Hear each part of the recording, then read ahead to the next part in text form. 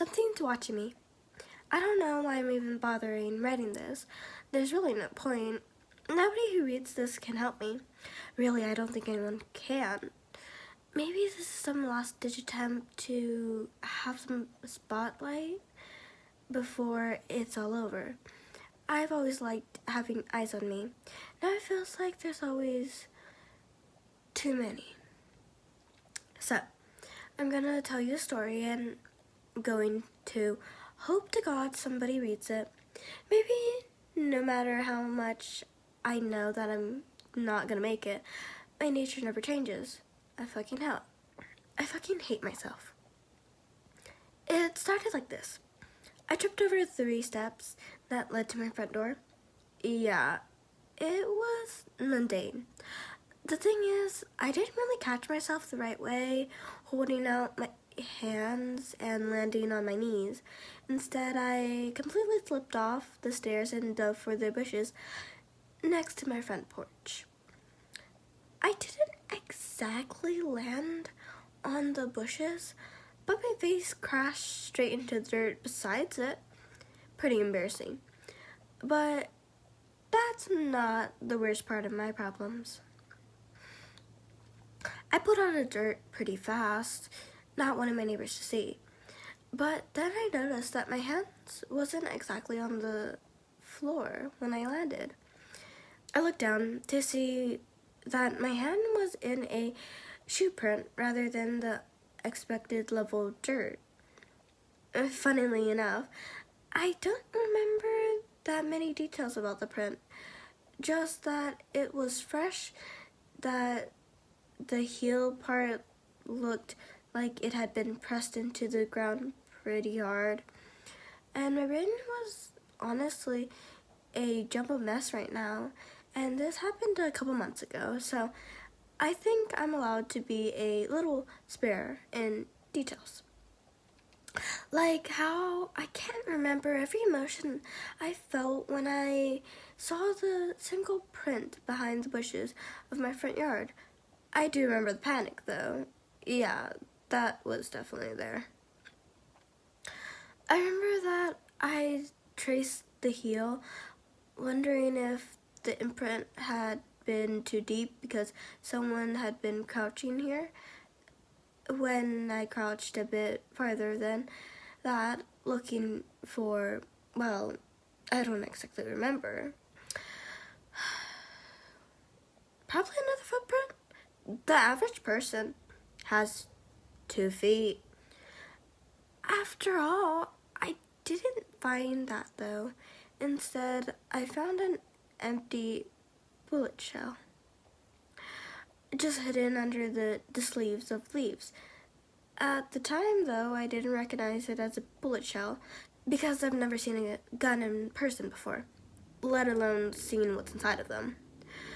I pocketed it, though. Then I called my sister because of the whole footprint thing that freaked me out, and she had always been the most rational person in the family. I knew that I could tell her anything and that she would let me know if I was being crazy. One wild, frantic call later, she was driving down the street, probably more concerned than afraid for me.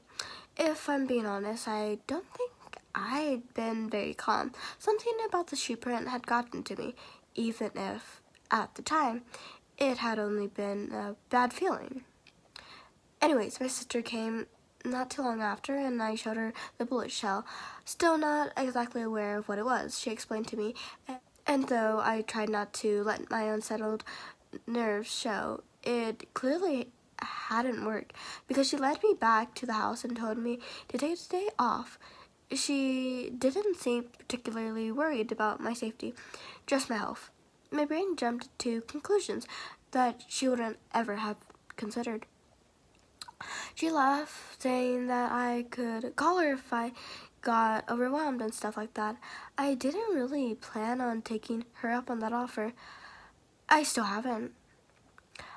That night I couldn't sleep. It was the same with the night after that, and the ones after that, too. You get the idea. I was scared. And sure, I probably had a bit of paranoia, but Once the words bullet had left my sister's mouth, I was consumed in fear. It wouldn't go away. I still haven't, really, which is why I'm writing this whole thing in the first place. How was I ever meant to sleep when every shadow on the wall looked like a menacing gunman in black? Is some kind of leering monster out my window? No, I was destined to stay awake until I found evidence of that thing that was above my head. Some days I would sit by the window still, peering down to see if there was a figure in the bushes, like I'd always expected there was to be. There was nothing ever there, obviously, but on other days I would stay far away from the windows as possible, sure that something would be looking back at me if I ever tried to peek. Sometimes it's easier to not acknowledge the danger, or at least that was my thought process. Yeah, I know. I'm a fucking jackass. But one night, the kind where I did everything but look out the goddamn window, I heard a sound.